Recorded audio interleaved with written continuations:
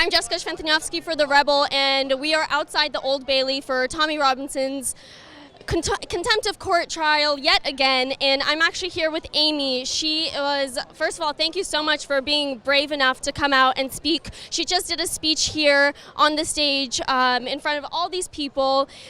So from what I understand, you are a victim of one of these grooming gangs. Can you please tell me your story? Basically, I was groomed from the age of 11 to the age of 13, 14. I went for an abortion at the age of 13 due to one of these guys, and they offered me £15,000 to keep the baby. There was all in total 70 perpetrators. 70 perpetrators, and now they're coming to my family home where my brother, my sister, my mom, their children are there with firearms. They're out to kill them, because we have spoken out, and the police and everything else have been corrupt. They receive money to drop evidence. It's just absolutely phenomenal. I can't believe it, and I just want other people now to speak out and, face reality that this isn't allowed. It's not normal behavior. These are monsters. They're absolute monsters. And so if you can get into a little bit more detail, grooming, what does that actually entail? They were adding me on social media. They were getting me to work in their restaurants.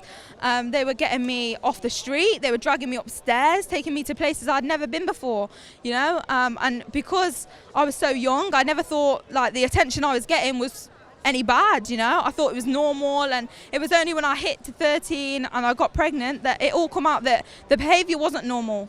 And it boils my blood. It really boils my blood. But what they do, they pass your number around, and they pass your Facebook name around, and they lie about their age. They will say, oh, we're such and such age, but at the time you don't think anything of it.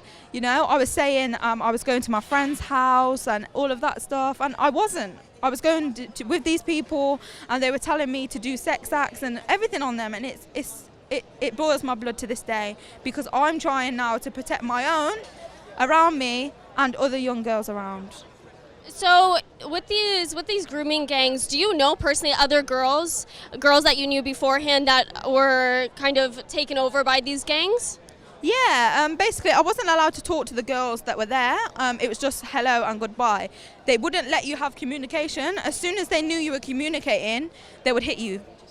You was never allowed to communicate. They would give you gifts just to stay quiet, and I got sucked into that. And luckily my sister didn't get pulled in as well, because I have a younger sister, and I was dreading that she got pulled into it all, and it's disgusting. But no, I was never allowed to talk to the other girls. I just hope now that they step forward and bring their story too.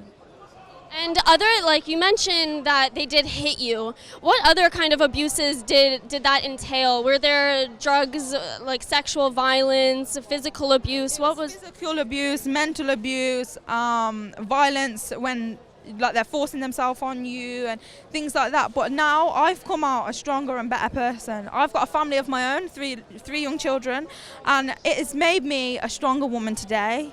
I don't know, if I didn't have my children, I don't think I'd be here now.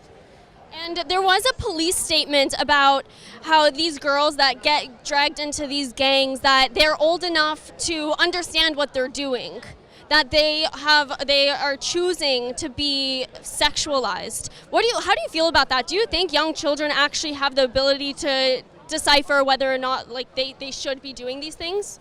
I think under the age of 18, no, because you're still classed as a child. In the law's eyes, so they say, you're still classed as a child until you're 18. You're supposed to stay with your parents until you're 18. But they let me come to London when I was 16. They told me to call them when I got the other side. That shows that our society, our police, our social workers and everything are corrupt, because they let me just go. Under no circumstances was I supposed to leave. They were working with us for 3-4 years. And the social worker that was with the family and stuck by the family, they told her to leave because she was telling the truth. Any partner that I had, she would check them out, check their background and blah, blah. But the new social workers that we had, they didn't check anything. And they just let me go with a man that I'd never even known before. I met him on Facebook, and Bob's your uncle, you're gone. And it's just the fact that you know, they were so corrupt, they just wanted me out of the borough so they didn't have to deal with it. And so, in regards to the police officers and social workers, what needs to change to stop these grooming gangs in the future and to help females and young girls get out of it? I think they need to change the whole police force because I think they're all corrupt. Because, you know, when it comes to my family, they take 5.5, 6 hours to come out. You know, that's not normal.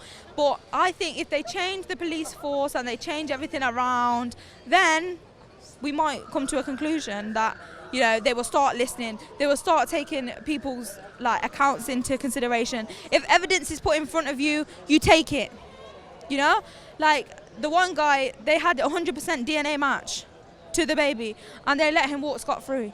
All because they paid a bit of money. What is money? You know, they've ruined someone's life. They've torn my family. You know, and I just want justice now. And how difficult has it been? Like I said before, you're extremely brave for just getting on a stage and talking about this publicly. How difficult has it been ever since you started talking out about this for you and your family? It's emotional and mentally draining. My dad, he's got mental health problems now. He's not able to work. They signed him off because he was completely, you know, blown. His mind is gone. So I think physically, mentally, and, you know, we're not able to function properly. We're constantly looking over our shoulders. And that's why I come here today, because everybody needs to know what these people are doing. You know, they're corrupt. They're corrupt, and nobody is listening. You know, and for so many years, everybody has brushed it under the carpet like it's never ever happened. But I can tell you, we have files. We have proof that all of this happened. So it's not like, oh, she said, he said. It's proof. We've got the file.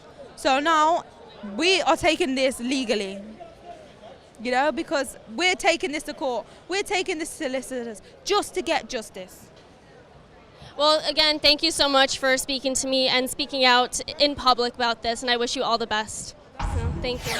To help independent journalism and help support the cost of our journey here in the UK and watch all our coverage here on Tommy Robinson's trial, make sure you visit realreporters.uk.